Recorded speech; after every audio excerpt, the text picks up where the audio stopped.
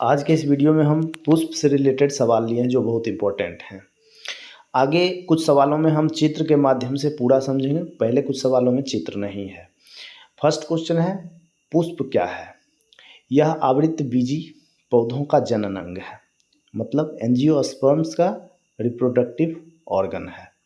और एंजियोस्पर्म्स किसे कहते हैं या आवृतबीजी किसे कहते हैं? ये वो पौधे होते हैं जो फूल प्रोड्यूस कर सकते हैं, मतलब फ्लोरिंग प्लांट। दूसरा है, पुष्प क्या उत्सर्जित करते हैं? तो इसका आंसर होगा युग्मकोद्भिद, मतलब फ्लावर गैमेटोफाइट्स प्रोड्यूस करते हैं। गैमेटोफाइट्स जो होते हैं वो रिप्रोडक्टिव मटेरियल्स होते हैं, मतलब जनन उत्पाद होते हैं। नंबर 3, युग्मकोद्भिद कैसी कोशिकाओं से बने होते हैं? ये हैप्लॉइड सेल से बने होते हैं। इसे अगुणित कोशिका भी कहा जाता है। नंबर 4, युग्मकों का निर्माण कहाँ होता है? मतलब गैमेट्स का प्रोडक्शन पुष्प में कहाँ होता है? तो ये हैप्लॉइड सेल में होता है या अगुणित कोशिका में होता है। नंबर 5, नर युग्मकोद्भिद या मेल गैमेटोफाइट्स को सामान्य रूप से क्या कहा जाता है? तो इसे पॉलन ग्रेन्स कहते हैं, जो कि नॉन मोटाइल स्पर्म होता है। नंबर 6, पुष्प के किस भाग में बीज मौजूद रहता है? मतलब फ्लावर के किस पार्ट में स्पर्म प्रेजेंट रहता है? तो ये पॉलन ग्रेन्स जो होता है उसी में होता है। और पॉलन ग्रेन्स किस में होता है? तो मेल पोर्शन में ही होगा, क्योंकि मेल पार्ट है तो मेल पोर्शन जो होता है वो स्टामेन रहता है। ठीक है, परागकण इसका उत्तर है 6 नंबर का। अब हम लोग देखते हैं कि आगे क्वेश्चन नंबर 7, परागकण पुष्प के किस भाग में मौजूद होते हैं? मतलब पॉलन ग्रेन्स फ्लावर के किस पार्ट में मौजूद होते हैं? तो ये एंथर में होते हैं, पराग कोश में। हमेशा याद रखिएगा, पॉलन ग्रेन्स मेल ऑर्गन का पार्ट है, जो कि मेल ऑर्गन में ही रहेगा तो एंथर में रहेगा, यानी पराग कोश में रहेगा। मादा युग्मकोद्भिद या फीमेल गैमेटोफाइट्स को सामान्य रूप से क्या कहते हैं? इसे एग सैक या एम्ब्रियो सैक कहते हैं। हिंदी में इसे बीजांड कह सकते हैं, ओव्यूल कहते हैं इसको, जो कि ओवरी में पाया जाता है। ठीक है, फीमेल गैमेटोफाइट्स। नंबर 9, पुष्प के किस भाग में एग्स प्रेजेंट होते हैं? तो ये ओव्यूल में होते हैं। अब देखिए क्वेश्चन नंबर 10। अब अभी से जो क्वेश्चन होगा सारा इंपॉर्टेंट क्वेश्चन होगा, बहुत ज़्यादा इंपॉर्टेंट। देखिए, अंडप या कार्पेल फ्लावर के किस किस भाग से मिलकर बना होता है? तो कार्पेल जो होता है ये फीमेल पार्ट होता है। कार्पेल को ही गाइनोसियम पिस्टिल ये भी कहा जाता है, जिसको हिंदी में जयांग, पुष्पभग या अंडप कहते हैं। ये एक्चुअली में मेन पार्ट होता है इसका बनने का। ये स्टिग्मा, स्टाइल, ओवरी और ओव्यूल से मिलकर बना होता है। वैसे आप यहाँ जो भी लिखा हुआ है याद रख सकते हैं, stigma, style, ovary, ovule, egg और पॉलन ट्यूब। तो इसमें जो बीच वाला पोर्शन है, बीच वाला पोर्शन एक लगता है चाय छानने वाला छन्ना जैसा, वो फिगर में देखिए वही फीमेल ऑर्गन होता है। और चारों तरफ एक तंतुआकार जो ब्लू कलर का है, वो जो है तंतु वाला पोर्शन जो चारों तरफ है फीमेल पोर्शन के, वो मेल पोर्शन कहलाता है पुष्प में।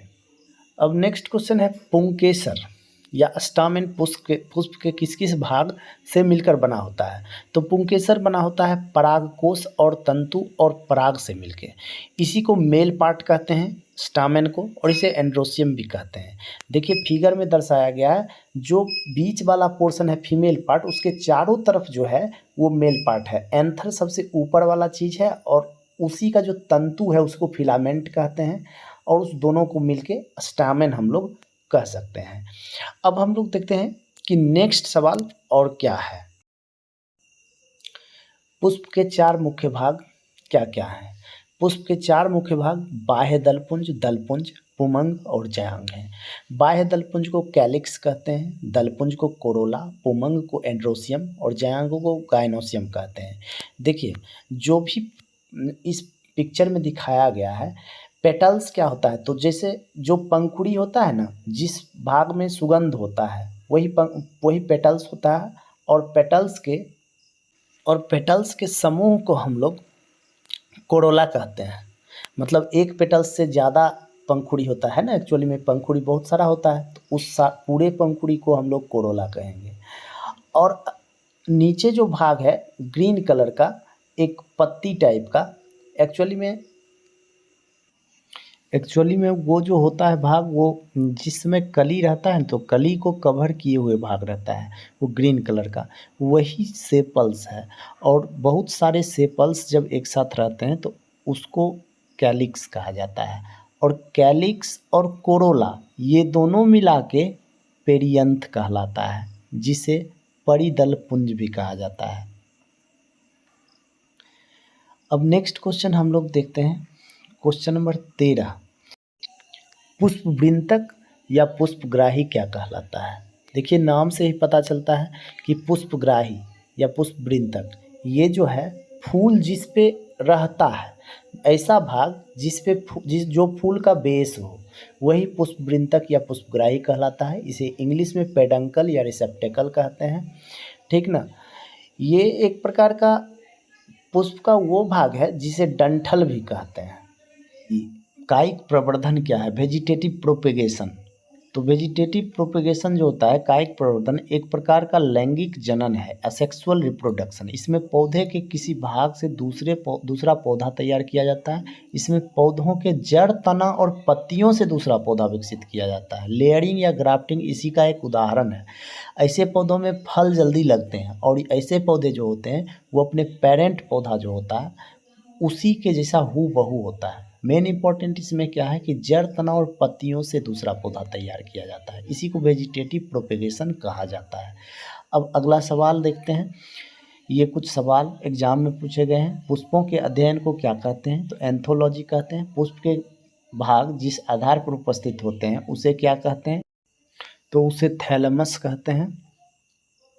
अब नेक्स्ट सवाल है, इनमें से कौन पुष्प का नर अंग है? तो स्टामेन इसका आंसर होगा।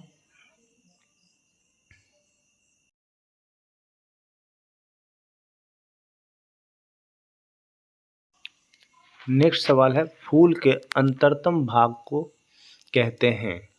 तो इस ऑप्शन में से सही ऑप्शन पिस्टिल होगा, स्त्री केसर इस सवाल का सही आंसर है।